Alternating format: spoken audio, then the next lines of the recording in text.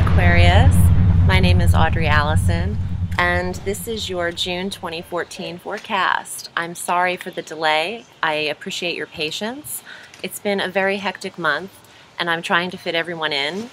So these are being recorded on the very last day of May, and edited and uploaded. So let's just go at it, okay? I love June, okay? There's downtime necessary before the summer kicks in, okay? So we're going to start out June with a Mercury retrograde on the 7th, okay? Boo. But this is going to be 3 degrees of Cancer. And Mercury will retrograde in Cancer from June 7th until June 17th.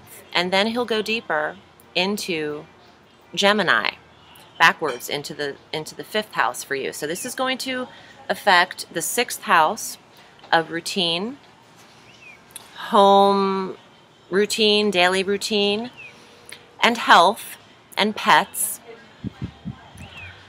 And the 5th house, from the 17th of June through the 7th or the 1st of July. I keep saying the 7th, but it's the 1st. Although Mercury clears his shadow officially on the 26th of July. But the 5th house of romance, creative endeavors, and children will be affected or slowed up. You know, Mercury will just slow down the forward motion of those houses. It will take a little bit longer to get things done, maybe longer to run your normal errands that would normally be very quick. The lines in the bank could be long. Your daily routine might be chaotic instead of running especially smooth.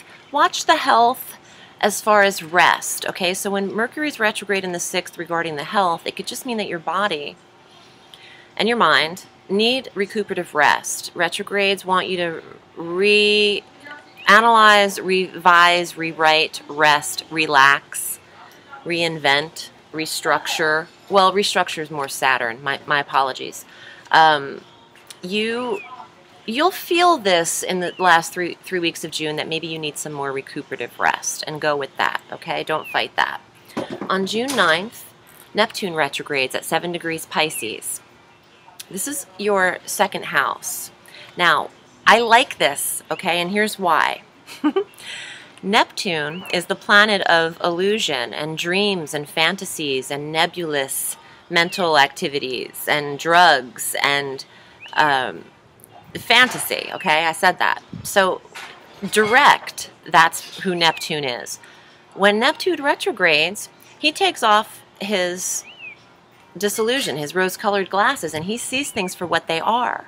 So you can bet if you've had any disillusion in your 2nd house of finance or resources or money and income, how you're receiving your pay, you'll see very clearly when Neptune retrogrades. You'll find a way to appropriately budget your finances.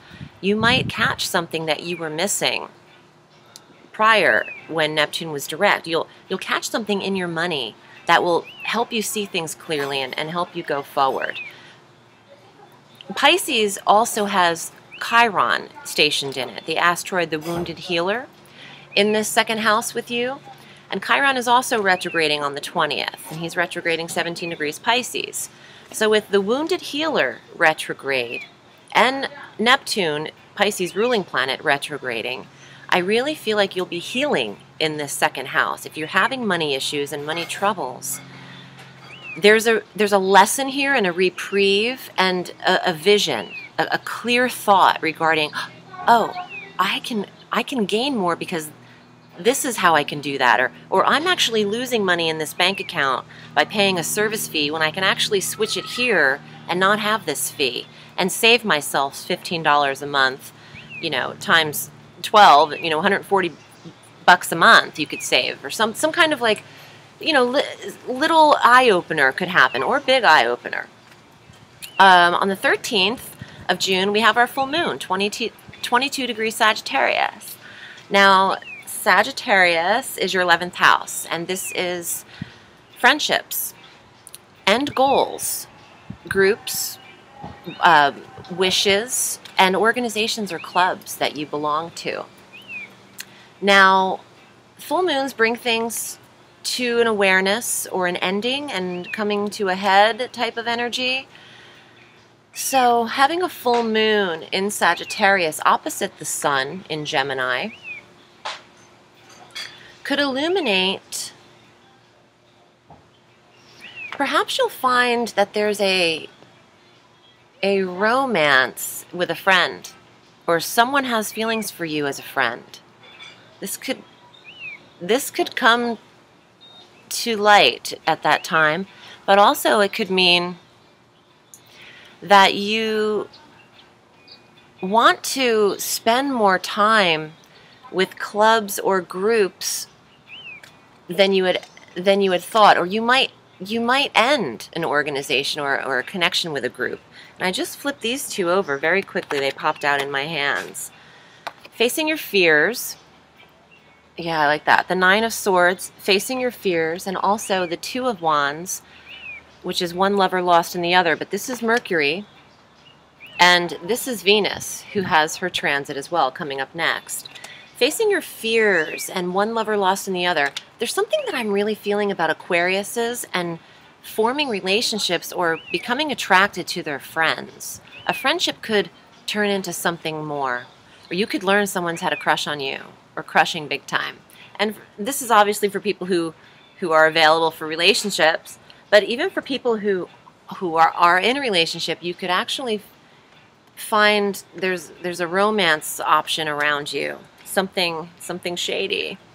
But you know, all positive. You have free will. You can choose to act on whatever you'd like. Okay, as long as you're not hurting anybody, right? So on the 17th of June, we have that second retrograde of Mercury into not second retrograde, but it just goes deeper into Gemini in the 5th house of romance and children.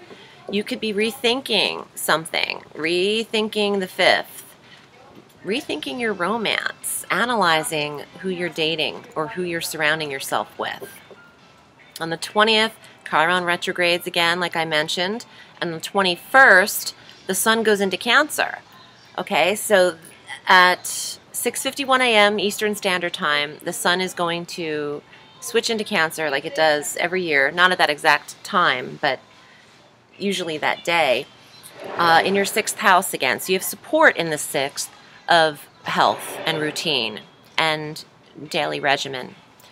You have support to implement a great health structure, workout structure this time, but Mercury retrograde might just slow up where you're choosing to maybe find the gym or choosing your schedule.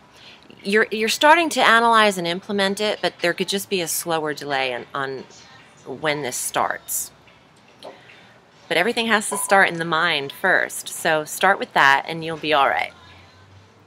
On the 23rd, Venus transits into Gemini, and this will also be in that 5th house. We have a lot of 5th and 6th action for you, Aquarius. 5th house of children. Venus is beautifying the love and the relationship that you have with your kids, if you have them. Venus is also money. There could be extra money for the children or creative endeavors. 5th house is romance, creative endeavors, and children. I love a Venus transit because she just makes everything pretty.